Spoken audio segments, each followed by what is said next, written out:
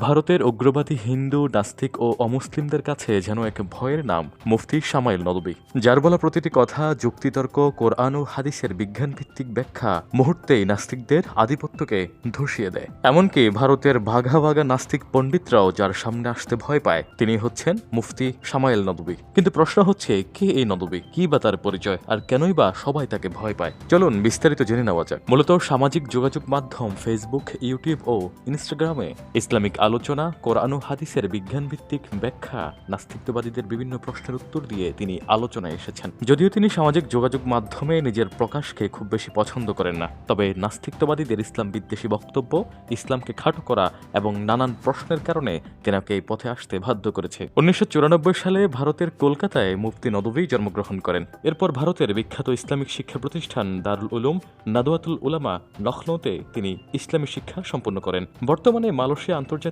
Islamic বিশ্ববিদ্যালয় থেকে উচ্চতর গবেষণায় নিয়োজিত আছেন। তিনি মার্কাজ আল ওয়াহেদ নামে একটি শিক্ষা প্রতিষ্ঠান প্রতিষ্ঠা করেছেন, যার মাধ্যমে ইসলামিক জ্ঞান আধুনিক ভাষায় মানুষের কাছে পৌঁছে দেওয়া হয়। ভারতের লখনৌ থেকে ইসলামিক প্রাথমিক জ্ঞান সম্পন্ন করার পর মালয়েশিয়া ইন্টারন্যাশনাল ইসলামিক ইনস্টিটিউট থেকে তিনি উচ্চতর গবেষণা পিএইচডি সম্পন্ন করেন।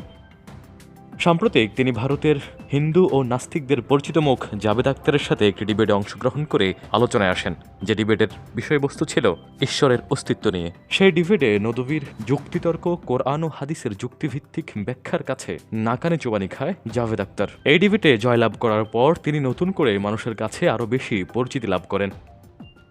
মুফতি সামাইল নদভী আজকের তরুণ প্রজন্মের কাছে এক যুক্তিভিত্তিক ইসলামিক চিন্তাবিদ। ইসলাম, ঈমান ও জীবনের গভীর প্রশ্নে তার বক্তব্য অনেকের কাছে দিক নির্দেশনা হয়ে উঠেছে।